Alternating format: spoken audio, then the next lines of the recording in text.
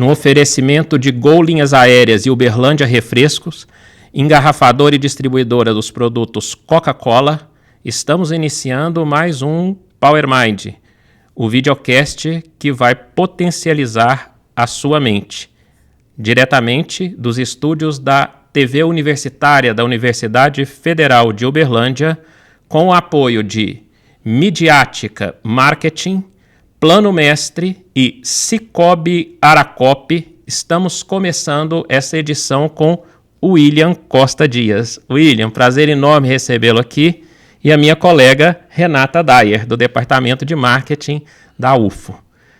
Você, William, que representa um dos principais grupos empresariais aqui de Uberlândia, grupo esse que nos apoiou por meio de uma das suas empresas, o Center Shopping, no primeiro EGEM, Encontro de Gestão e Negócios. Por isso que nós temos a satisfação de conversar um pouquinho com você ao longo desses 10 anos, o que veio mudando nesse cenário dos shopping centers e, de maneira geral, nas atividades do grupo no Brasil e até no exterior. Boa tarde, né? Muito obrigado, viu, Rafael, pelo convite. É um prazer estar aqui, né, em contato com vocês, que eu conheço há muito tempo, né? Tanto a Renata, que foi minha colega de faculdade, sim, quanto você, Rafael, que eu conheço, né, há muito tempo, né, através da sua mãe, que teve a oportunidade de trabalhar conosco, né, e foi um excelente profissional, uma pessoa que eu considero muito, né? E também por estar aqui, né, dentro da Universidade Federal de Uberlândia, da qual eu fui aluno, né, juntamente com a Renata. Sim, voltando à casa, né, William? Sempre bom. Foi muito bom, né, eu sou muito grato à UFO, né, a Universidade Federal me ajudou a ganhar destaque profissional, né, me desenvolver profissionalmente, com vários professores que, se a gente for citar aqui, né, são pessoas que realmente fizeram história aqui dentro. Foi muito importante na minha vida pessoal, na minha carreira, e eu sou muito satisfeito com isso. E falar aqui do Center Shop para mim é um prazer, né? Estou à disposição aí para Foram praticamente 20 anos, né? Pelo que a gente estava conversando aqui nos bastidores, da sua atuação lá no Center Shopping. Mas muita gente conhece aqui em Uberlândia, na região, no meio aí de shopping centers, de atacado, distribuidor, etc. Mas você não veio... não é daqui de Uberlândia, você veio de fora, né? E já teve outras experiências além dessa do Grupo Arcon, pelo que você contou. Fala um pouquinho para nós como é que foi a sua chegada aqui em Uberlândia, e a UFO esteve sempre aí nos seus planos? Não, assim, na realidade, eu sou nascido no interior do Rio de Janeiro, em Resende, cidade onde eu tenho familiares até hoje, vou lá quase que todos os anos ver alguns parentes, mas eu na minha vida eu acabei nunca morando lá, né? Meu pai foi militar do Exército, atualmente tá na reserva, está aposentado, reside aqui em Uberlândia até, mas então a gente sempre mudou muito, né? Passamos por várias cidades, né? Fizemos, né, moradia em várias cidades diferentes, Rio de Janeiro, Belo Horizonte, interior de São Paulo também, e eu acabei até iniciando a faculdade, minha vida em faculdade em Belo Horizonte. E meu pai deu sequência na carreira dele, eu fiquei lá estudando. Quando ele acabou vindo aqui para Uberlândia, e eu senti que meus irmãos, né, estavam naquela fase já entrando em faculdade também, e inclusive até se casaram aqui, eu peguei e falei, poxa, eu preciso dar um rumo na minha vida diferente e tentar desenhar algo parecido para eu estar próximo deles. E vindo muito a Uberlândia, então conheci a UFO, né, de ouvir falar, não de frequentar diretamente, mas era uma opção excelente, né, tentar me transferir para a UFO. E peguei, e também quando eu soube do Arcon fazendo seus projetos, suas expansões, acho que shopping ainda nem era ideia, eu peguei, mandei um currículo, fui chamado, acabei me transferindo para cá. Foi mais ou menos na mesma época que abriu o armazém, que na época era o novo, lá no Distrito Industrial, que eles mudaram para lá, né? Porque eu acho que foi em 88, 89 que eles foram para lá, né? Na prática, o Arcon inaugurou lá em maio de 89. Eu conheci o Arcon numa vinda aqui a Uberlândia visitar meus pais em maio de 89. Oh. Eu fui conhecer o Arcon na inauguração da sede, na apresentação da nova sede. Você estava lá? Na sociedade, eu fui no evento de inauguração. Eu também fui. Era muito novo. Seu pai na exatamente. Época, né? Eu fui exatamente acompanhando meu pai. Então. Porque eu estava na cidade, meu pai estava indo nesse evento como comandante do batalhão do Exército aqui de Uberlândia. Ele estava indo e me chamou para ir com ele. Eu fui até lá e conheci o Arcon. E fiquei encantado, né? Uma empresa nova, recém-inaugurada, aquela instalação maravilhosa, né? Tudo Quem dentro dos padrões, né? de uma boa administração moderna. Na hora que eu vi aquilo, eu me encantei. Eu já tinha desejo de me mudar para cá por causa da família, acabei por causa disso mandando um currículo, eles me chamaram, eu peguei, tranquei a faculdade onde eu estava na época, eu estava em Limeira, por sinal, né? Depois se quiser a gente entra nisso, né? Eu fui para Limeira por uma oportunidade profissional e acabei transferindo para cá, tranquei lá, me consegui uma transferência aqui para a UFO, e comecei a trabalhar no Arcon. E mudei para cá e juntei todos os pontos que eu buscava, né? Que era uma boa faculdade, uma empresa que me encantasse e estar pé da família. 35 anos praticamente no grupo. 36, né? Eu faço agora em julho 37 anos. Uma vida. Beleza. William, nessa época você já tinha cursado quanto do curso? Lá em Limeira? Eu tinha começado em Belo Horizonte em 86. Então, já tinha feito 86, 87, 88. Estava no meio de 89. Sim, né? sim. E lá eram, em Belo Horizonte quanto em Limeira, eram cursos anuais. Então, você tem as perdas na hora da transferência, sim. né? Então, acabou que eu fui muito prejudicado pelo tempo, né, pelas minhas próprias opções, né, fui prejudicado nas transferências e eu vim aqui, na hora que eu cheguei, a UFO tinha acabado de mudar ela era anual e mudou para semestral. Sim. Em 88, por aí, 89. Foi isso mesmo. Eu vim para cá em julho de 89. Eu sei que eu fui formar só em final de 95, porque eu tive vários problemas de grade, né? Porque curricular, tem que fazer toda aquela adequação e tudo mais. Então, eu acabei fazendo 5 anos e meio na UFO, mais os 2 anos e meio, 3 anos e meio que eu tinha feito fora, em termos de tempo de ter ingressado em universidade. Porque você passava um semestre inteiro sem estudar por causa das transferências meio de ano e tudo mais. Ou fazendo uma disciplina apenas e tudo.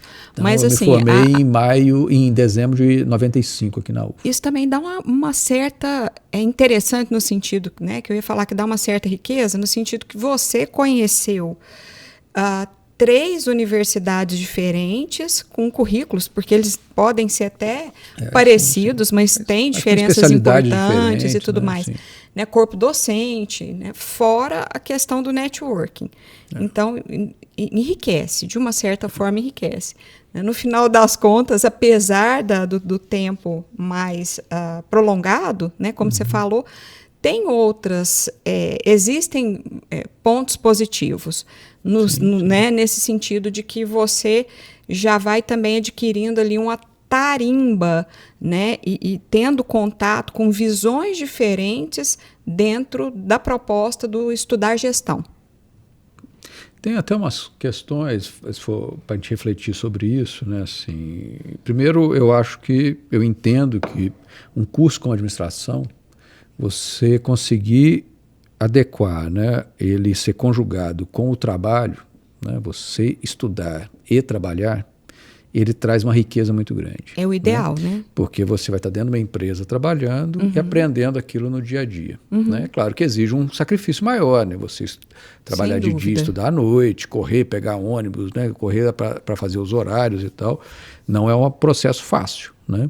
Mas você está na idade de fazer sacrifícios mesmo, né? De fazer mais sacrifícios pessoais, mesmo dormir menos, né? Correr mais, esse tipo de coisa. Está na hora. Então, para mim, eu acho que foi uma sorte. Eu digo sorte porque não foi porque eu escolhi, né? Eu fiz a gente naquele momento de vida, eu entrei na faculdade, eu tinha 18 anos, você faz as coisas meio que no faro, você não faz porque você tem conhecimento ou experiência. Não tem como. Então, logo que eu entrei na faculdade lá em Belo Horizonte, eu já quis começar a trabalhar, foi quando eu trabalhei numa construtora lá em Belo Horizonte, chamava Completa. Foi muito interessante, por sinal. Até eu trabalhava não numa área administrativa, eu era auxiliar de um engenheiro engenheiro diretamente, foi uma experiência muito legal. Boa para mim. Né? E que está sendo útil hoje. E que hoje nós vamos chegar também, nisso né? aí. Eu sempre tive muita familiaridade com engenharia e para mim foi muito bom isso aí. Então, eu logo que eu entrei na faculdade, eu já peguei, transferi para noturno e comecei a trabalhar. Né? Depois, essas transferências foram exatamente buscando oportunidades profissionais melhores. Eu cheguei a trabalhar numa estatal, que foi a CESP, em São Paulo, que eu era concursado quando eu fui para Limeira. E lá eu podia até fazer escolhas, né? Que você escolhe, não, peraí, poxa, é isso que eu quero, não é bem isso que eu estou querendo, para onde é que eu quero ir e tal. E fui corrigindo o rumo daquilo que eu desejava, né? Muita coisa, igual eu falei, acaba sendo sorte, escolhas que você toma no momento ali, né, por impulso, mas você acaba acertando, porque isso faz bem para você no futuro. E, ao mesmo tempo, atrasou minha faculdade, que eu também acho que foi bom. Né? Porque a administração, né, ela te treina para uma liderança e maturidade e liderança caminham juntos. Né? Com certeza. Então foi muito bom para mim. Eu não vejo como problema eu ter formado com 26 anos e não com 22. Né? Acho que são coisas que acabam trazendo riquezas para a gente. Né? Quando eu formei na UFA, eu já era diretor do shopping. Né? Então foi uma coisa que fez muito bem para mim, né, pessoalmente, e para o meu trabalho ali, para meu conhecimento, meu desenvolvimento, estar vivendo, né, esse ambiente, né, universitário ali no banco da escola, né, com contato com o corpo docente, você tendo uma visão de aprendizado muito grande no momento profissional importante para mim. Né? Com certeza. Foram momentos que eu só agradeço. Ô William, nós vamos falar um pouquinho sobre o shopping também, mas só para não ficar uma lacuna aí no nosso bate-papo aqui, você entrou no Arcon para trabalhar especificamente numa determinada área e a partir do que você fazia lá, quando você já apresentou isso para a gente no evento, por isso que eu estou sabendo mais ou menos a história aqui, só para resgatar. Quando abriu o shopping, acho que logo no primeiro mês ou antes de abrir mesmo, você já foi convidado para vir trabalhar lá no shopping. Como é que foi isso aí? Você foi por que área? Como é que era isso, essa atuação sua? Falando de Arcon, então, um pouquinho, assim, primeiro lá eu entrei numa vaga que existia como auxiliar administrativo ali na parte de cobrança, né, na tesouraria da empresa. Eu fazia o acerto, eu era uma equipe grande que fazia acerto com os motoristas que faziam a logística de levar a mercadoria para os clientes. E voltava tudo com cheque naquela época, voltava com cheque, ou dinheiro ou mercadoria de volta. Então a gente tinha que fazer uma conciliação disso para fechar essa conta. Né? O que ele levou tinha que voltar. Ou mercadoria, cheque, dinheiro, tinha que voltar o mesmo montante. Né? Então a gente fazia essa conta, esse acerto, para isso ser processado depois. Né? Nessa época a gente não tinha computador na mesa, nada disso. Era tudo manual. Era manual. E calculadora, daquelas calculadoras de fita, né, de bobina, que você pegava depois, aquela bobina de papel, colocava no acerto, tudo com grampo ali, né? E ia dar sequência no trabalho. Eu comecei ali, depois eu passei para uma outra área, na área de armazenagem, onde eu tive a primeira experiência com chefia, com liderança. Depois eu assumi um departamento, né, que era uma área operacional de segurança, serviços gerais, eu cuidava de algumas áreas, né, que eram colaterais à área mais produtiva da empresa. O core da empresa era logística, eu cuidava de áreas que estavam no entorno disso. Né? Era segurança, limpeza, jardinagem, o transporte de funcionário, né, os motoristas de ônibus. Tal. Então a gente tinha uma área que foi criada e eu fazia essa gestão. Quando o shopping começou, a obra em 90 e foi inaugurar em 92, eu já estava com 3 anos de Arcon. Então eu fui convidado a participar desse projeto do shopping, fazendo a contratação, treinamento da equipe de segurança e limpeza do shopping, né? E manutenção dessas 3 áreas. Né? Essa área de operações do shopping, eu fui convidado a montar a equipe como gerente de serviços gerais lá no Arcon. Né? Então eu fui contratar pessoas buscando perfil para o shopping, definir o uniforme para cada um desses departamentos, definir o que era o escopo de trabalho, fazer o treinamento dessa equipe para na hora que o shopping inaugurasse eu entregasse essa equipe funcionando para eles. Né? Eu não fui trabalhar no shopping, eu fui só dar esse apoio, né, dentro do próprio Arcon. E assim eu fiz na época. O shopping inaugurou em final de abril de 92, em 27 de abril, e em junho né, naquele início ali, com as dificuldades normais, operacionais de uma nova empresa, apesar de ser de um grupo já maduro, né, que era o Arcon, sentiram a necessidade de levar uma pessoa lá para dentro para cuidar dessa área e me convidaram. Aí eu fui para o Arcon, fui para o shopping, fui transferido para o shopping para cuidar dessa parte de operações e apoiar também na parte de cobrança, parte financeira também, que eu tinha algum conhecimento. E foi esse meu início lá no shopping. E o shopping passou por muitas transformações, afinal de contas são 30 anos? 34 anos. 34 anos, né? O que você percebe que mudou drasticamente do que era o negócio de shopping centers, de maneira geral, não estou falando só do daqui não, porque daqui tem particularidades ainda maiores, e do que é o negócio de shopping center hoje? Tem mudanças, Rafael, sim, que vão além do que eu acredito que você está querendo perguntar, que é a questão mais de atratividade para os clientes, né? Mercado. Mas eu queria um pouquinho antes, só para comentar um detalhe. Quando a gente inaugurou o shopping em 92, havia uma grande diferença, né? Principalmente aqui no Brasil. Você tinha as principais marcas, né, de varejo, né, vestuário, presentes, calçados e tal, e até mesmo de alimentação. As grandes redes nacionais não atuavam nacionalmente. Elas basicamente ficavam nas capitais do Rio e São Paulo. Nem Belo Horizonte iam, né? Belo Horizonte já tinha uma outra gama de varejistas daquela imediação ali de Belo Horizonte que atuavam lá. E assim era no Brasil afora. Goiânia também, que a gente tinha muito contato aqui, sim. Brasília, geralmente tinham marcas locais. As marcas fortes nacionais, as marcas conhecidas que estavam em São Paulo e Rio de Janeiro, poucas iam Brasil afora, quanto mais para o interior, igual era Uberlândia naquela época. Né? Uberlândia tinha seus menos de 500 mil habitantes ali em 92, então era uma cidade que tinha um poder de atração dessas redes nacionais muito pequeno. E a maioria das redes nacionais não estavam atuando fora do estado do Rio, do estado de São Paulo, e nem no interior. E principalmente assim, não atuavam no interior, fora desses dois estados. Então, era um momento de desenvolvimento, a gente tinha que buscar também desenvolver empresários locais que se interessassem para ir para dentro do shopping, né?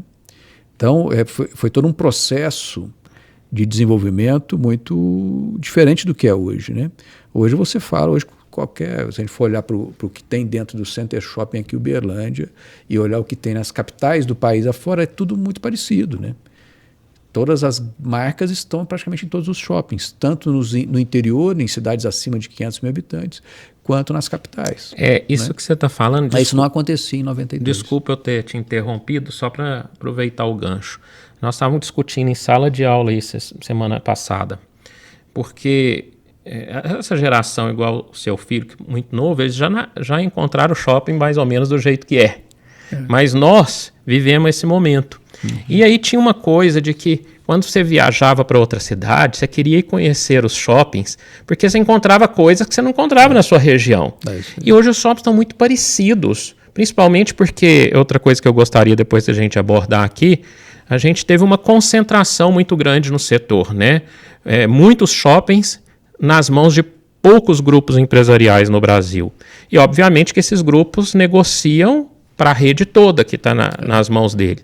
Então tornou-se uma coisa muito comoditizada, vamos dizer assim, muito parecido um com o outro. Então, isso, de certa maneira, eu não sei se reflete positivo ou negativamente na realidade hoje desse mercado. Isso é um fato, né, Rafael? Mas não é só em shopping, né, Renata? Acho que em tudo. O mundo, né? Tudo, né? Eu acredito que não tem setor hoje que não esteja operando em excesso. Quem não lembra aí, né, quando Uberlândia tinha uma operadora de telefonia local. Só atendia praticamente a gente aqui, né? Não estava em outros locais, né? E assim, mas também fora também era diferente. Você ia para Belo Horizonte, era outra operadora, uma estatal. Você ia para A sorte é que a nossa era uma das melhores, né? A nossa era uma que já nasceu privada, né? Que é outra coisa também que era interessante. Então, essa mudança é mundial, em tudo, não é só shopping, né? Só para fazer aqui um paralelo rápido, essa semana eu vi alguma coisa no Instagram lá, assim, cadê a cor do mundo, né? Tava uma pergunta assim, né? Hoje é tudo preto, branco ou cinza, né? Tudo, né? De fachada de prédios, de cor de casa, de roupas, né? Estamos aqui nós aqui com roupas muito parecidas, né? Muito, as tonalidades. Praticamente é o branco, preto, cinza, ou azul clarinho, o azul escurão, né? Essas coisas assim que não variam muito mais, né? Diferente do que era no passado. Você não vê carro de outra cor que não seja branco, preto, branco, prata, cinza. Então, assim, você não vê outras cores mais. Então, essa padronização, ela é mundial. Em tudo, né? Então, em shopping não é diferente, né? As marcas vão ficando iguais. Até por isso que essa repetição de você ter numa mesma cidade vários shoppings tende a cair um pouco em desuso, porque vão ter as mesmas lojas. Então, você vai sair de um shopping para atravessar a cidade no outro shopping que é idêntico e no outro que é idêntico. Então, isso começa a ter uma mudança de comportamento, né? Agora, quanto à consolidação do mercado de shopping, é o mesmo ponto, né, Rafael? Isso aconteceu em todos os mercados, né? Até shopping até demorou um pouco, né? Mas essa consolidação, onde vão se formando grandes conglomerados e tendo ali vários shoppings, isso acontece em tudo que é lugar. No Brasil demorou um pouco mais, né? Na Europa, a Sonai, que é uma empresa portuguesa, que por sinal montou aqui um shopping em Uberlândia, depois acabou até saindo da cidade, saindo do país também enquanto empreendedor, eles dominam a Europa há muitos anos, né? Então, esses grandes conglomerados, né, empresariais que estão se formando no Brasil hoje já é uma tendência mundial. E aqui está assim também, é uma mudança que o mundo está tendo, né? E está caminhando para isso.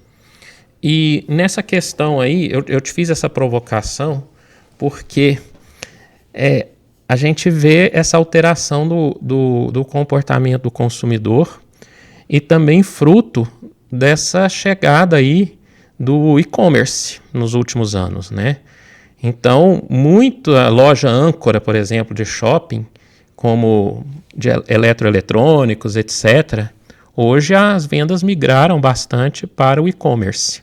E os shoppings estão passando por isso, não só de eletroeletrônico, mas hoje a gente compra praticamente tudo no e-commerce.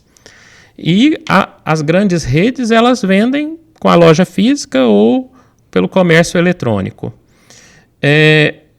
Vocês estão com um projeto bem audacioso que eu acredito que tem a ver também com essa mudança do hábito do comportamento do consumidor, né? De compra do consumidor, não? Sim, até para comentar um pouco disso, né, essa mudança, né, no perfil dos shoppings, onde você vai se tornando algo um pouco mais abrangente, porque shopping você pensava no passado era o quê? Vestuário, né, vestuário de roupa masculina, feminina, sapato masculino, sapato feminino, joias e bijuterias, perfumaria, apesar que na época também, né, se for pensar em 30 anos atrás, tinha pouco, porque o perfume, a perfumaria importada, ela não chegava no Brasil. É verdade. Né? Chegava só de um caminho paralelo, né? Não vinha oficialmente. E eletrodoméstico, né? Mas hoje você vai ver dentro dos shoppings tem uma riqueza de conveniência e serviços que não existia no passado, né? Até nós temos aqui em Uberlândia nós, Center Shopping, tivemos uma experiência um pouco diferente, que a dificuldade é que faz o sapo pular, né? Então, as dificuldades que nós tivemos lá no início é que nos fizeram a testar algumas coisas, né? Eu não tenho certeza, mas eu acho que nós fomos o primeiro shopping no país que teve uma escola dentro, né? Mas por quê? Porque a gente não tinha o que colocar lá dentro. O shopping estava vazio, a gente tinha poucas opções de loja, a gente precisava criar atratividade de clientes, né? Não é nem atratividade, porque o nosso shopping, não sei se vocês eram crianças na época, né? Mas no início do shopping, no início do shopping a gente tinha finais de semana, mesmo não tendo quase nenhuma loja, o shopping era abarrotado que não cabia gente. Então, que era uma praça de passeio, né? Era exatamente. Aquele passeio público, né? Eu acho que era o lazer. Você até desculpa eu te interromper, né? Obrigado pelo criança, porque não tem diferença de idade entre nós, mas o William, né, sempre foi e continua sendo um perfeito gentleman.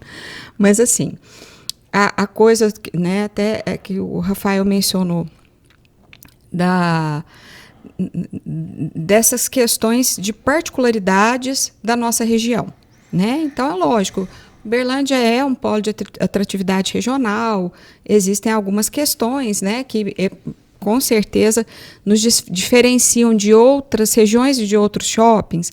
Mas uma coisa que está dentro daquilo que você falou, William, que essas mudanças, né, elas são regidas por movimentos e modificações macroeconômicas e que elas, né, vêm em nível mundial. Aqui no Brasil a gente percebe um delay em muitos setores para chegar a essas tendências, mas elas chegam, isso é fato, né? As mudanças elas vão acontecendo em cadeia e é uma coisa mais global. Mas a questão que eu particularmente percebo, né, porque quando a gente estuda o setor dentro de uma perspectiva mundial, a gente vê, né, que num primeiro momento as pessoas eram motivadas principalmente pela possibilidade de realmente adquirir muitos produtos em um único lugar, né, com uma conveniência, com uma comodidade, com uma segurança, etc. Mas para nós aqui em Uberlândia, né, não vou nem me arriscar a dizer no Brasil, mas aqui em Uberlândia, a questão, né, do que o shopping acabou se tornando em outros lugares do mundo, que é um centro de atratividade, que as pessoas possam ter essa conveniência de todas as atividades que elas vão realizar, precisam realizar no dia, e principalmente de convivência, um espaço de convivência, um espaço de entretenimento, né? Que eu acredito que foi a migração dos perfis do shopping aí em nível mundial. A minha visão, aí você está falando, né? Que vocês eram, mas eu acredito que para nós, principalmente a Center Shopping, sempre teve na visão do consumidor, né, essa percepção de espaço de convivência, de espaço de entretenimento, de lazer para além das compras. Isso é verdade? Essa minha né, percepção, ela está correta ou não foi bem assim? Tá, Renata, assim, mas é o que eu estava falando. Assim, foi um pouco... a criatividade nossa foi muito despertada aqui no Center Shopping pela necessidade para tentar fazer o negócio virar, né? Então, tem uma história por trás disso. É claro que existia uma concepção já diferente. Né? O Center Shopping já foi concebido lá atrás, né, quando ele foi idealizado lá na década de 90, no início, né, no ano de 90 mesmo, né, quando ele teve a primeira idealização. A ideia para o Center Shopping já foi diferente daquilo que vinha acontecendo no Brasil, né? Ele já nasceu para ser um shopping com 2 torres, uma de hotel e uma comercial. Isso já foi idealizado numa época que não se pensava nisso. Né? Não era idealizado, né, os shoppings datados da década de 80, começo de 90, não tinham esse perfil de ter esse complexo de negócios, né? Esse mixed use de atividades. Né? Shopping, hotel, no nosso caso, ainda colocamos o centro de convenções e tal. Isso não era a natureza de shopping. E só começou no Brasil depois dos anos 2000. Mas a gente idealizou isso em 90. Né? O nosso empreendedor ali, né, o senhor Dilson, junto com os filhos, o Écio, que é o filho mais velho dele, eles idealizaram esse empreendimento com essa característica. Já foi uma coisa diferente. Hoje está todo mundo correndo atrás disso. Mas me parece que vocês são os únicos que têm um complexo tão completo ainda hoje, né? A completude que a gente tem, poucos têm. Sim. Né? Porque está bastante comum ter uma torre de hotel ou um prédio de... Está começando hoje tem muito shopping antigo, maduro, então entre os melhores do país, agora projetando, colocar lá dentro torre comercial, torre residencial, outros negócios e tal. No nosso caso, aí até indo a esse ponto, né? Agora, ok, já foi idealizado dessa forma. Aí na hora que a gente inaugura, o shopping acho que foi projetado para ter, sei lá, no início ali 120 lojas, inaugurou com 10 ou 15. Né? Então era muito difícil. A gente não tinha nenhuma grande loja, nenhuma loja âncora. O shopping inaugurou com nenhuma loja âncora. Né? Então o shopping ele teve uma dificuldade inicial muito grande, e aí é a hora que entrou a criatividade. Vamos ocupar espaço, vamos colocar uma escola dentro. Vamos pegar aquele espaço ali que ia ser uma âncora, que é uma loja grandona, vamos fazer um salão de eventos. E foi tocando, né? Fomos ocupando espaços, né? Fomos arriscando, pegavam um lojista, e pegavam alguém lá na rua, convidavam aqui na região, algum lojista que tinha algum produto diferente para estar dentro do shopping. Ele vinha, alguns davam certo, outros não, a gente incentivava, tal.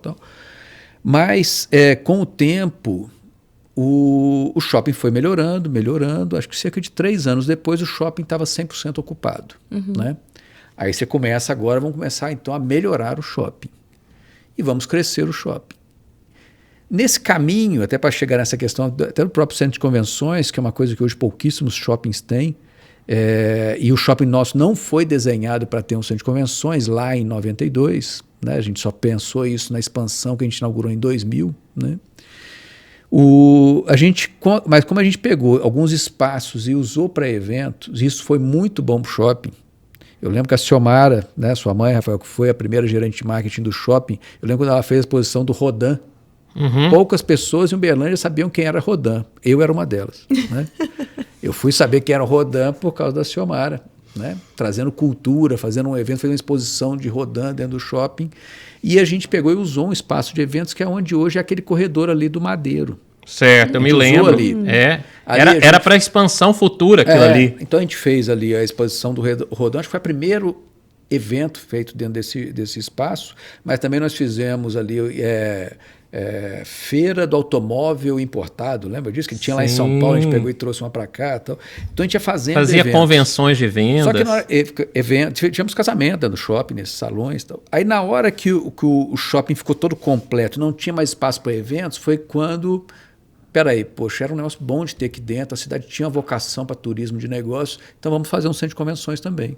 Então hoje nós somos um dos shoppings mais completos do Brasil por isso, porque a gente tem shopping, hotel, torre comercial e centro de convenções. Coisa que raríssimos shoppings que eu conheça, nenhum tem isso tudo dentro do Brasil.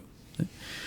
Mas e isso veio de encontro para o que são shoppings hoje, né? Porque o varejo ele teve essa concorrência do e-commerce, muitos segmentos, isso veio para completar, então o e-commerce ajudou aquela loja que também vende no físico. Vende remotamente, né? Vende físico e vende remotamente, isso veio para trazer mais saúde para esse empresário, né? Trouxe mais abrangência para esse empresário. Mas para outros segmentos ele acabou até tirando o foco, né? Tem segmentos que talvez venham a deixar de existir fisicamente, tanto na rua quanto no shopping. Isso pode vir a acontecer. Dentro do shopping, então, diminuíram algumas atividades, mas veio a ser completado por atividades de serviço que não tinham, conveniências que não tinham. Você imaginava uma lotérica dentro de shopping há 20 anos atrás? Correios. Salão de beleza. Salão, hoje você tem, dentro do CT Shop tem 3. Shop. Isso que eu ia comentar. Pet shop. Hoje, quantos por cento é serviço em número de lojas, por exemplo? Eu não tenho esse número para te falar. Mas assim, você tem percebido o crescimento nesse mercado? Devemos ter aí quase 10% de lojas de serviço. Inclusive gastronomia está aí dentro? Não, gastronomia a gente já coloca fora, né? Porque se você puser gastronomia, isso vai aumentar bastante, né? Aí vira já uns mais de 30%. Né? Porque é isso que vai trazer esse público, o fluxo de pessoas no shopping também, né? Então essa é a força do shopping, né, Rafael? A gente pega até essas próprias atualizações que a gente fez agora, né? Nós acabamos, no final de 24, nós finalizamos o nosso retrofit do shopping. Ficou lindo. Né? Com o Boulevard ali na frente. Né? O Boulevard é exatamente o desenho disso que a gente está falando, né? Espaço de convivência, aliado à alimentação, a serviço, ao varejo que tem dentro do shopping. Você tem um espaço de convivência. A pessoa pode vir para o shopping apenas para deitar naquela espreguiçadeira que tem lá no Boulevard e ficar ali contemplando o pôr do sol. Combinar com um amigo, bater um papo, né? Vamos bater um papo. A gente vê gente estudando lá. Exatamente. Né? Pessoas ali lendo e tal. Esse é o novo ambiente de shopping center. Né? Ele vai ter varejo, vai ter alimentação, vai ter a gastronomia, vai ter o serviço, vai ter às vezes o trabalho. Às vezes a pessoa trabalha lá dentro. Sim. Hoje nós temos dentro do Center Shopping mais de 10 mil pessoas que trabalham lá dentro. Né? No turno completo, mais de 10 mil pessoas já trabalham dentro do Center Shopping. Né? Então, a gente tem, hoje, eu acho que o Center Shopping está caminhando para cada vez mais ser completo nesse sentido. As pessoas poderem ir lá e quase resolver todas as necessidades dela do dia ali dentro. Né? Então, esse acho que é o caminho dos shoppings, né, Rafael? Ser essa mini-cidade, né? Que ela possa ter diversas atividades ali dentro. Trabalhar, estudar, comprar, fazer hora, fazer o que quiser. E isso me leva a pensar que vocês estão sempre muito preocupados e buscando uma forma de aumentar o fluxo de pessoas e sobretudo, de pessoas que gastem dentro do shopping, que façam compras dentro do shopping, seja lá de serviço ou de bens. E aí eu já queria que você desse um spoiler, contar um pouquinho para nós esse projeto novo, que agora você está, na verdade, à frente da construtora do grupo. E aí vocês têm um projeto bem audacioso para o entorno do shopping. Na realidade, assim, o que existiu ali no Center Shopping, né? Eu fui o gestor direto do shopping durante 19, quase 20 anos, né? A gente fez uma sociedade dentro desse momento de consolidação do mercado, né?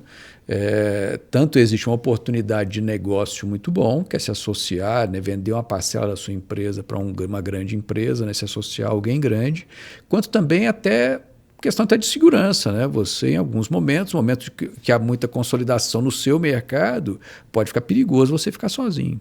Né? E se beneficia Então, dos ganhos que essa empresa tem de volume, de negociação, etc. Mesmo tecnologias, né, e tudo mais. Hoje nós temos lá no shopping um programa deles, de né? benefícios que a Alus, né, que a nossa sócia desenvolveu, que é fantástico. Né? Aquele programa de milhagem que a gente tem lá, que você pega benefícios ali no dia a dia e tudo mais. Né? Então, nesse momento da associação nossa, inicialmente com a BR Malls, depois virou Alus, eu saí da gestão direta do shopping, porque isso passou para eles, e fui para a cadeira de representante do grupo dentro da sociedade. Né? E assim eu estou. E tem partes de negócio ali que não foram vendidos, né? Que é hotel, centro de convenções e tudo mais, essas atividades, o ator comercial, isso ficou exclusivamente do Arcon. Eu também participo da gestão disso, dessa parte que não foi vendida, e assumi há pouco tempo agora uma empresa, uma construtora que é de um acionista nosso do grupo. Né? Isso aí fez com que a gente virasse um pouco do olhar para o além do shopping naquele espaço ali e começamos a pensar no nosso entorno, né? Porque na hora que a gente está ali no shopping, você olha, né, para o bairro, para o lado de cá, né, Santa Mônica, Finote, mesmo para frente ali da João Naves, ali o bairro Santa Maria, você vê um desenvolvimento que ocorreu nesses últimos 30 anos muito bom, né, um desenvolvimento qualitativo e vertical, né? Teve um bom desenvolvimento residencial ali. E uma parte da vizinhança nossa, que é principalmente o bairro Tibéria, onde exatamente o shopping está inserido, a gente não viu esse desenvolvimento. Né? Então começamos a estudar, né, o que poderia ter de melhoria ali. É um bairro tão bom, com ruas tão largas, né, com um monte de avenidas, árvores maduras, já antigas, né, um bairro arborizado, com muita área pública, com boas avenidas, boas ruas, pistas largas. Acho que vale a pena a gente pensar em algo diferente para cá. E foi quando veio na ideia nossa, do grupo, pensar um desenvolvimento para uma parte desse bairro. Contratamos um projeto de urbanismo e fizemos o projeto que eu te apresentei, né, Rafael? Sim. De melhoria de uma parte do bairro, né? Porque o bairro todo é muito grande, seria difícil para a gente trabalhar dessa forma. Mas, quem sabe, fazendo uma parte, a gente inspira, né, o poder público para incentivar o desenvolvimento do restante do bairro. Né? Então, uma parte do bairro ali, a gente fez um projeto de melhoria das vias públicas, das calçadas, da iluminação pública, e isso está em desenvolvimento, está em andamento. É claro que isso, como é uma área pública, depende de lei, de concessões, de trabalho, então não é um processo tão imediato quanto uma iniciativa privada, mas é um projeto que está em andamento e vai acontecer. Né? Essa melhoria vai acontecer, a gente vai ter em breve aí um entorno do Center Shopping muito mais interessante, muito melhor para quem já vive ali e para quem quer morar lá perto. E como é que é a estimativa de vocês ali, em se consolidando esse projeto, hoje, qual que é a população aproximada, você sabe me dizer, do bairro e qual que seria o pico dessa população daqui a alguns anos? Nós fizemos um levantamento, a parte que nós fizemos um projeto de melhoria é uma área de cerca de 200 mil metros quadrados do bairro. Para quem está nos vendo e nos ouvindo, que é daqui da cidade, que conhece, só para localizar, é mais ou menos ali de onde hoje está o BH, o supermercado, BH, o Pátio Sabiá, para cá? Para cá, até a Avenida Rotary Club. Certo. Da Rotary Club até o shopping e o Carrefour ali até o BH. Pega ali, dá um retângulo ali, dá cerca de 200 mil metros quadrados. Essa área hoje tem estimado cerca de 1.200 moradores, e esse número, verticalizando 100% dele pelo máximo potencial construtivo permitido pela lei municipal, daria em torno de 16 mil pessoas, né? Mas é claro que isso, né, falando no longo, né? prazo. Mas né? falando assim, num desenvolvimento normal, é aquilo ali, pelo menos, você passar a ter uma ocupação um pouco melhor, chegar a 3, 4 mil pessoas, mas ali cada terreno, cada casa é de uma pessoa, ele, independente dele querer colocar mais gente ou não, transformar a casa dele num prédio, isso não necessariamente ele precisa fazer isso, né? Mas vai fazer com que ele tenha um imóvel mais valorizado e com uma vizinhança, né? uma qualidade de espaço público também muito melhor. Mas né? vocês já começaram, né, esses empreendimentos lá? Já tem prédio já tem em 3, pé, como se diz. Já tem 3 prédios dentro dessa área, já tem 3 prédios em obra, já em fase final. Já. E a hora que começar a entregar isso aí, o pessoal já começa a sentir essa mudança, né? Porque muda também o fluxo, etc., né? Aumenta. Para isso, nós adquirimos algumas áreas dentro desses 200 mil metros, né, cerca de uns 15% de áreas ali. Mas adquirimos também algumas outras áreas, né, acompanhando ali, né, o Tibéria ali ao longo da Rondon e acompanhando o Tibéria ao longo da Anselmo até o Parque do Sabiá ali. A gente adquiriu algumas áreas ali, algumas para a gente mesmo empreender ou até para fazer parceria com outras construtoras que tenham interesse em verticalizar em parceria conosco em algum terreno nosso ali. A ideia é o quê? Sempre fazer uma verticalização com um padrão de qualidade interessante, né, de médio padrão ou médio para alto padrão, e com uma verticalização que permita, né, você ter uma silhueta ali de bairro com prédios mais altos, né, com belas fachadas e tudo mais, que não sejam apenas preto, branco e cinza. Né? Isso é muito interessante, né? Você estava falando desse visual, né, que tá em todo lugar. E eu me recordei justamente disso, né, William? Essa questão urbana, da nossa ocupação de espaços, né? E do quanto a gente se sente bem onde a gente está.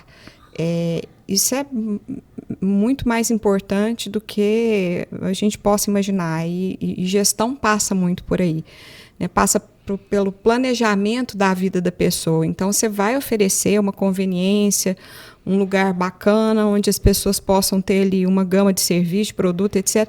Beleza. Mas ela chega lá no caixotinho cinza dela, isso é uma coisa complicada. E eu me lembro quando os meus filhos, né, foram sair de casa, né, e foram morar em Brasília.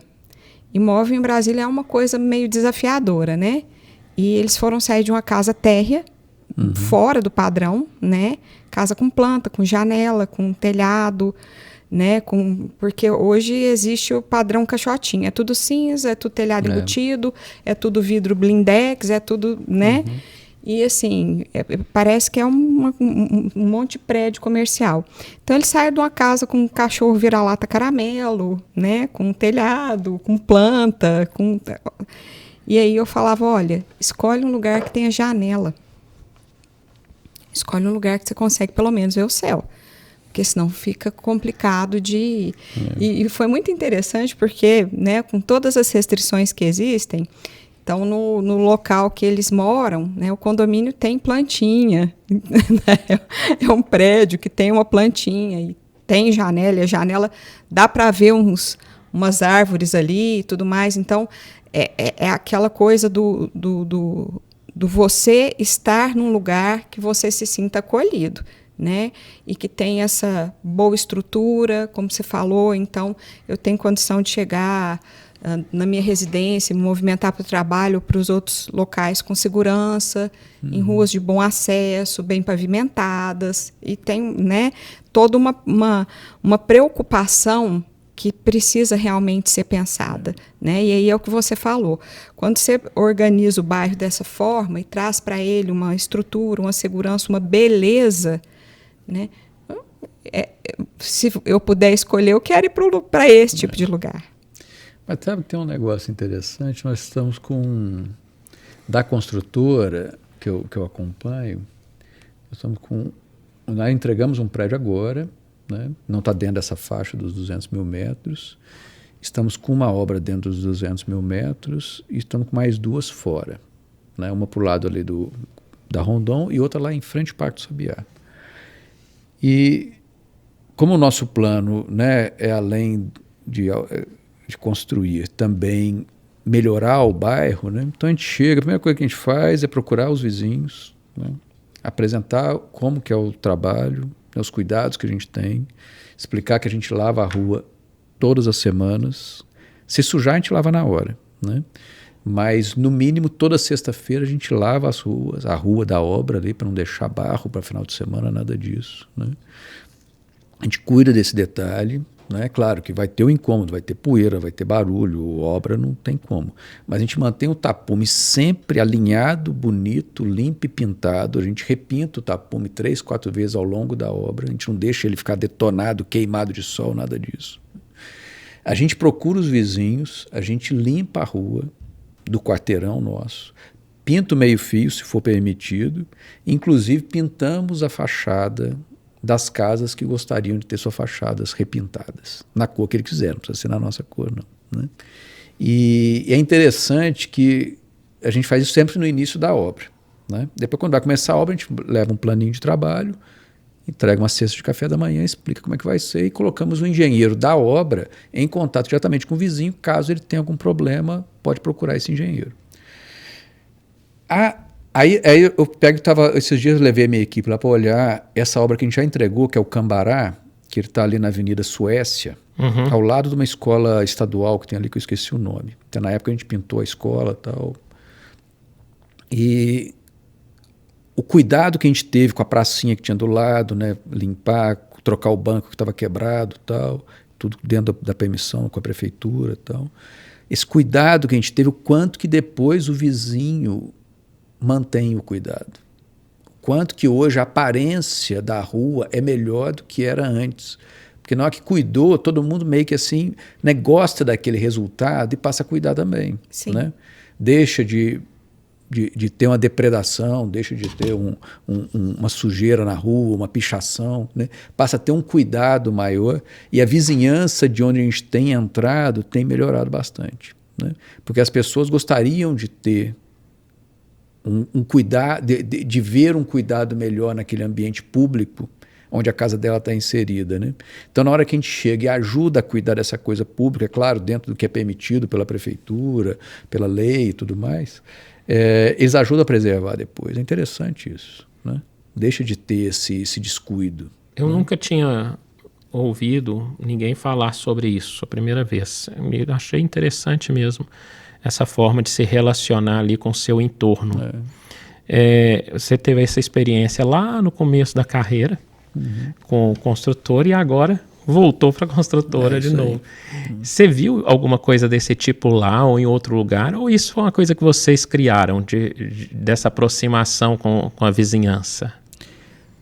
Assim, não vi não, né? Mas tem uma coisa assim, você conhece bem o grupo, sim, né? O Grupo Arcon, não só o Center Shopping, mas o grupo como um todo, né? A gente sempre teve muito cuidado, né, com tudo aquilo que relaciona conosco, né? São os stakeholders, né? Exato. É o vizinho, o cliente, o fornecedor, o funcionário, o parceiro, toda a sociedade que está no entorno nosso. Então, o Arcon sempre teve esse cuidado muito grande, né, em não incomodar, sim, em não prejudicar, em fazer o bem para as pessoas, em cuidar da sua equipe, do seu funcionário, em preocupar com a família do funcionário, como é que está dentro da casa dele, né? Então, esse cuidado, eu acho que tem a ver com isso, né? Então, você perguntava, vi? Não vi. Mas a ideia surge naturalmente, porque está na cultura que eu trabalho há 36 anos. Né? Então, assim, na hora que a gente olha para isso, né, é o jeito do grupo de pensar, né, dos acionistas, da família do senhor Edilson, né, a maneira deles pensarem, né, em fazer bem para quem está no nosso entorno, né.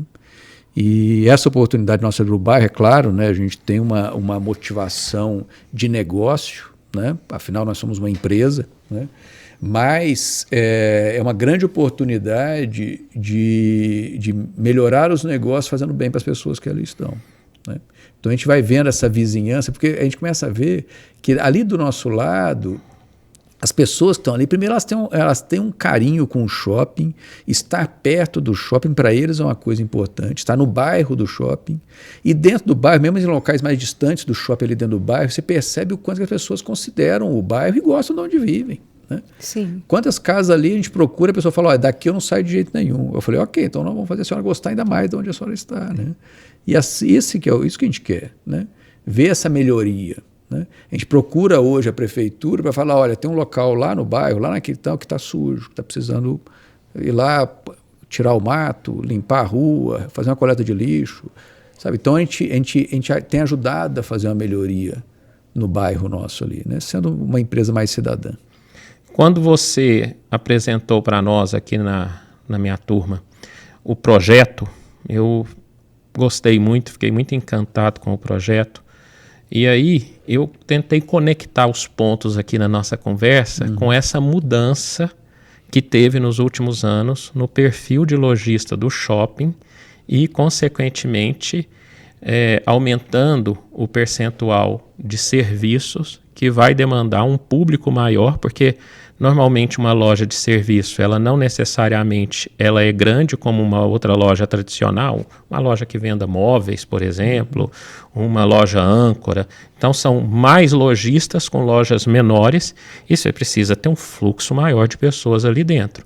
Então quando eu estava assistindo a sua apresentação, posso ter interpretado equivocadamente, mas eu vi como uma forma também de reinvenção do shopping, de aumentar a importância, a atratividade e o fluxo de pessoas dentro do shopping com a melhoria do bairro e com a verticalização. Tem alguma coisa nesse sentido ou não? Tem principalmente, Rafael, no aspecto de que a gente não tem.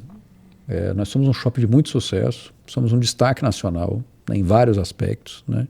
Em vários pontos a gente está entre os melhores shoppings do Brasil. Tudo que o grupo faz, ele é referência nacional.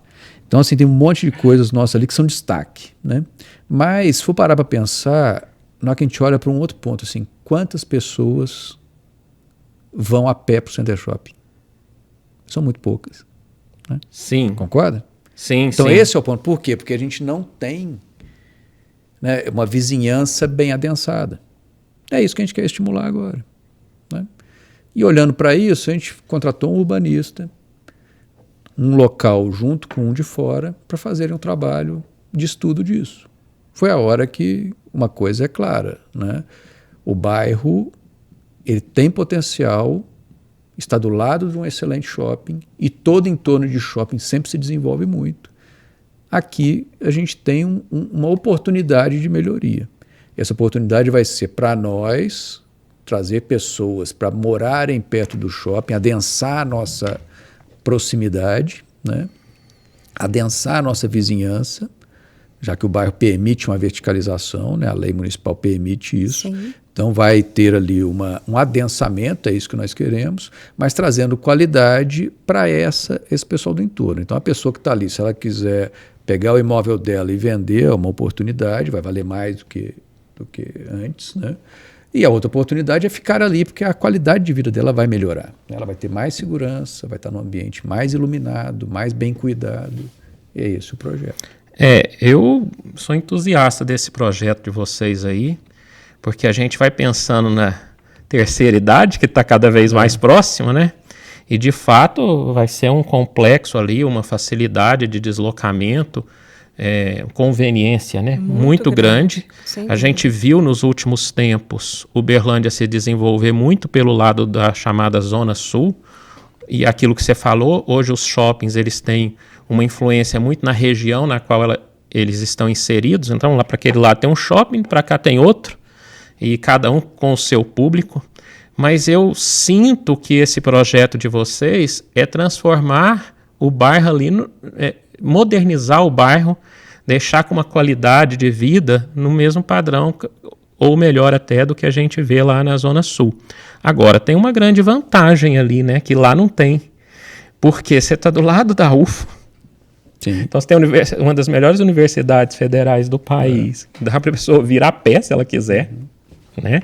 Tem o próprio complexo do shopping, que, como você mesmo mencionou, é um dos únicos no país em termos de completude. Né? O aeroporto de Uberlândia, dentro de poucos meses, acho que é mais uns 40 dias, 60 dias a promessa, vai entregar um novo terminal que vai mudar totalmente o fluxo de veículos. O acesso vai se dar principalmente ali pela Anselmo, seguindo ali, que é exatamente nessa proposta de vocês. É o que a gente, naquela época falava, o novo centro da cidade, né? O que foi o centro da cidade no passado é hoje aquela região ali. Então, realmente, é algo que eu espero que dê muito certo, porque a cidade só tem a ganhar. E nós que estamos aqui do lado também, tem o Parque com essa Sabiá perspectiva. ainda, né? Tem o Parque Sabiá, Tem um grande destaque na cidade. Aí. O Parque Sabiá é uma referência, né? Então, isso não tem em outra região. Essa combinação de fatores aí para alavancar cada vez mais o projeto. E agora que a gente está caminhando mais para o final, William, a gente sempre faz uma pergunta aqui, que é o seguinte. Conversamos sobre você um pouquinho. Você é uma pessoa muito reservada, que eu sei, você não gosta de falar de você, você fala da empresa, do negócio, mas de você não, mas mesmo assim conseguimos arrancar alguma coisinha daí. Falamos sobre a sua trajetória paralela ao desenvolvimento dos negócios do grupo nas áreas que você atuou e atua. E ao longo desses anos todos, qual que você, de bate-pronto assim, seria o momento mais power seu? Power pode ser o momento mais positivo, que mais te tocou, alguma coisa assim. Que foi assim, tipo uma virada de chave. Você falou, nossa, isso faz muita diferença. Difícil, né? Assim, tem muita coisa, né? Pra o falar, que veio na sua cabeça primeiro, que Mas, normalmente assim, é o que você lembra. Pessoalmente, para mim, é casamento e filhos. Sim. Isso para mim são os momentos que para mim foram, né, um grande privilégio. Viver aquele momento foram os melhores momentos que eu tenho, né? Como minha vida é casa e trabalho, né? A minha família para mim é tudo, e a empresa que eu trabalho eu me dedico inteiro. Agora no shopping ali tem alguns pontos, né, no meu trabalho, né, que é a questão dos grandes desenvolvimentos que eu tive a oportunidade de participar, né? A inauguração do shopping em si, em 92, nem tanto, né? Porque eu não participei do projeto, da ideia, nada disso, né? Eu fui entrando depois. Mas a grande expansão nossa de 2000, a grande expansão de 2010, foram dois momentos para mim muito marcantes. E esses últimos que eu participei, da torre, de cada inauguração dessa, porque é a oportunidade de empreender, né? Eu não sou dono do negócio, mas ter a oportunidade de participar desse empreendimento, desse desenvolvimento, das ideias, das decisões, né, importantes, para mim foi uma realização fantástica. Só agradeço para o Écio, para o senhor Edilson, para a família dele, sempre que eu tenho a oportunidade, né? Ter a oportunidade de viver isso, para mim, foi fantástico, né? Inesquecível. Uma coisa que sozinho eu não conseguiria, né? Eu fiz com eles, por eles, né, e pela empresa deles, e em apoio, né, ajudei nas decisões que eles quiseram tomar. Agora, um ponto muito marcante para mim, que eu acho que vale a pena falar, né, que eu tive na minha trajetória, é todo esse envolvimento que eu tenho com o shopping, com o desenvolvimento dele, né? A gente, às vezes, até fica naquele papel. Eu não sou dono, mas sou dono, né? Eu entrei empreendedor. Eu não sou dono, mas é meu, né? Meio que assim. No dia da decisão da venda, que foi um processo que eu tive que conduzir todo, para mim foi um momento muito difícil. Dói, né? Foi complicado, né? Depois que passa, né? E tudo, hoje eu estou numa posição que eu considero melhor do que antes. Mas né? vocês recompraram uma parte depois, não teve isso? A gente comprou 30%, a gente vendeu 51%, depois comprou 30% de volta. Então hoje o grupo tem 79% do shopping e a Alus tem 21%. Mas faz a gestão. Processo, e eles fazem a gestão. Né? Então, esse processo, né, de venda que eu tive também que conduzir como principal executivo ali do grupo, do shopping na época, eu tive que conduzir esse processo de venda, foi ao mesmo tempo assim, né, um coroamento de um trabalho, porque isso era um reconhecimento, né, para a empresa o que ela fez, né, essa compra por um grande grupo, o maior grupo de shoppings do país. Ao mesmo tempo que era isso, era uma dor para mim, que era uma perda, né, uma indefinição do que seria dali para frente, né? Então, esse foi um momento muito marcante para mim. Mas, fazendo um balanço geral, só realização, só satisfação com isso. Muito bom. Mas eu queria, se você permitisse, fazer só um comentário. Você está em final, casa, você é prato da casa. Eu queria só voltar num ponto que o Center Shopping ele foi desenvolvido para ser um shopping da região. Né? Uhum. A viabilização desse empreendimento, do tamanho que ele é ali, com mais de 300 lojas, com hotel, centro de convenções, com tudo que tem ali, torre comercial, tudo que tem lá e tudo mais que está para acontecer, né? Ele tem que estar voltado para uma população de 2 milhões de habitantes. Que é a da região. Então, onde é que a gente tem que imaginar? Né? Para o Center Shopping, desenvolver ali o entorno nosso é para trazer esse público que vai a pé, aumentar esse público que vai a pé ao shopping, que a gente praticamente não tem hoje, são muito poucos, né? São só as pessoas ali do bairro.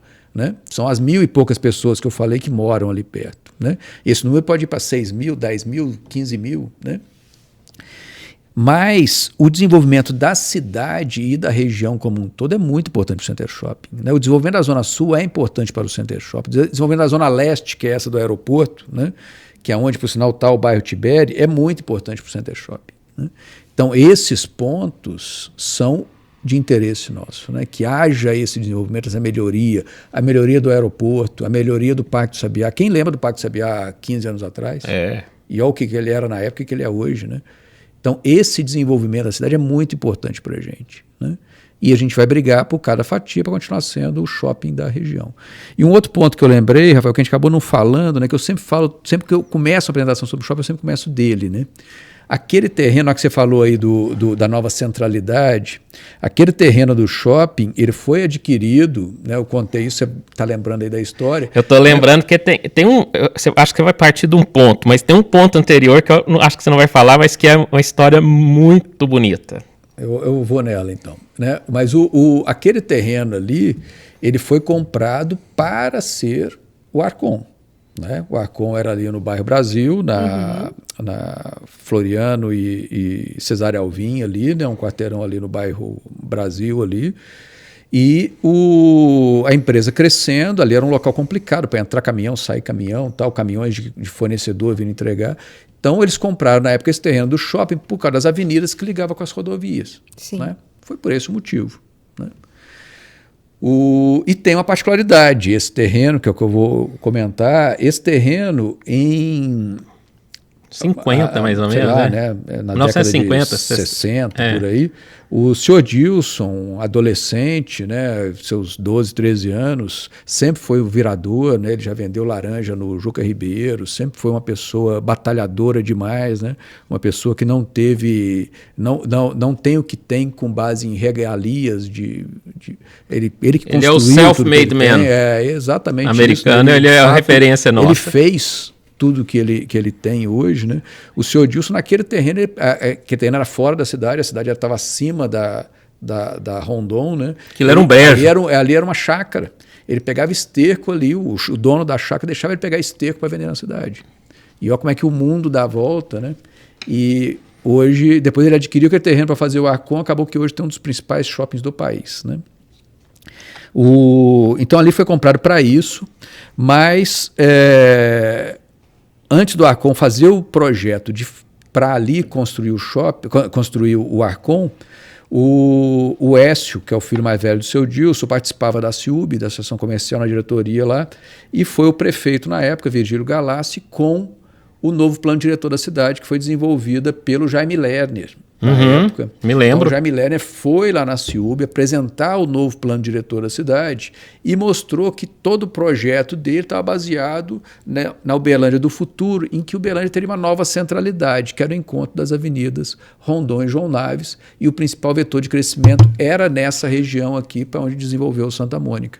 Na hora que o Écio olhou aquilo lá, ele voltou para a empresa, conversou isso com a família e mostrou, peraí, poxa, ali para o atacado já não faz sentido. Arcon não caberia ali também, não. E foram lá para o industrial. Sim. Né? E ali depois acabou surgindo, em breve, o projeto do shopping, que é uma das melhores localizações de shopping que eu conheço no Brasil. Muito bom você falar sobre isso, também me fez voltar no tempo aqui, porque você sabe que eu comecei a trabalhar novo com meu pai, foi em 92, porque naquela época meu pai era diretor junto com o Écio, lá na CIUB, e aí no final de uma reunião na segunda-feira, o Écio falou para meu pai falar para minha mãe ir lá conhecer o shopping. Não estava aberto, o piso estava todo pronto, coberto por cimento grosso, né? Para depois só tirar. Cimento branco, aquele gesso. E faltava assim, poucas semanas a gente entrava e falava assim, a gente não, as pessoas, né? Será que isso vai ficar pronto mesmo? E ficou, obviamente. E aí nós fomos lá, a convite do Écio, eu fui acompanhando minha mãe, falou, vamos lá comigo? Então vamos. Aí eu tinha 92, te falei, 16 anos. E aí fomos lá para conhecer a convite dele. E aí foi aí que surgiu a possibilidade dele chamá-la para trabalhar lá no shopping, porque ela já tinha trabalhado no outro shopping que tinha anterior aqui, que é outro caso. E aí quando ela foi para lá, que eu vim para trabalhar com meu pai, e o Arcon era um dos clientes. E eu, muito novo, com 17, 18 anos, já atendi o Arcon como fornecedor do Arcon. Então, eu aprendi muito, muito, muito. E tive a satisfação de conviver em função dessas duas situações aí, razoavelmente próximo com a família, né? Hoje eu não conheço mais os filhos do Écio, do Edilson, eu conhecia quando eu era criança. Mas com o seu Dilson, a dona Marlene, o Écio, o Edilson, a Eliane, com os casais, né? Eu tive a oportunidade de conviver e foi um aprendizado muito grande. E o seu Dilson sempre foi uma pessoa extremamente reservada, ele nunca gostou de holofotes. Até assustei quando eu o vi no Faustão. Né? Acho que muita gente também falou, mas ele foi pela amizade. Ele foi pela amizade com o Alexandre, mas assim, era muito difícil, mesmo nesses casos dele ir. E aí agora há pouco tempo, o livro que foi lançado contando a história dele.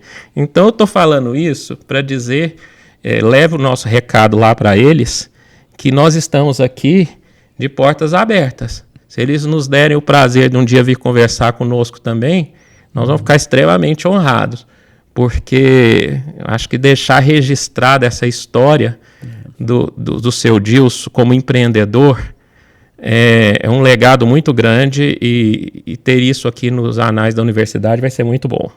Sem dúvida. Gostou, Obrigado. Renata? Muito. É sempre um prazer, uma alegria, né? Rever o William, meu colega de faculdade, né? E uma pessoa que eu admiro muito, né? E a gente sempre se reencontra. O William é sempre, como eu falei, um gentleman e sempre está muito disponível aqui para a UF, né, William? Sempre atende os nossos convites, vindo dividir um pouco da sua experiência com os nossos estudantes e sempre somando muito conosco, né? Bom demais ter aqui. Obrigado. Contem comigo, Igor. William, muito obrigado. Foi muito bom conversar com você.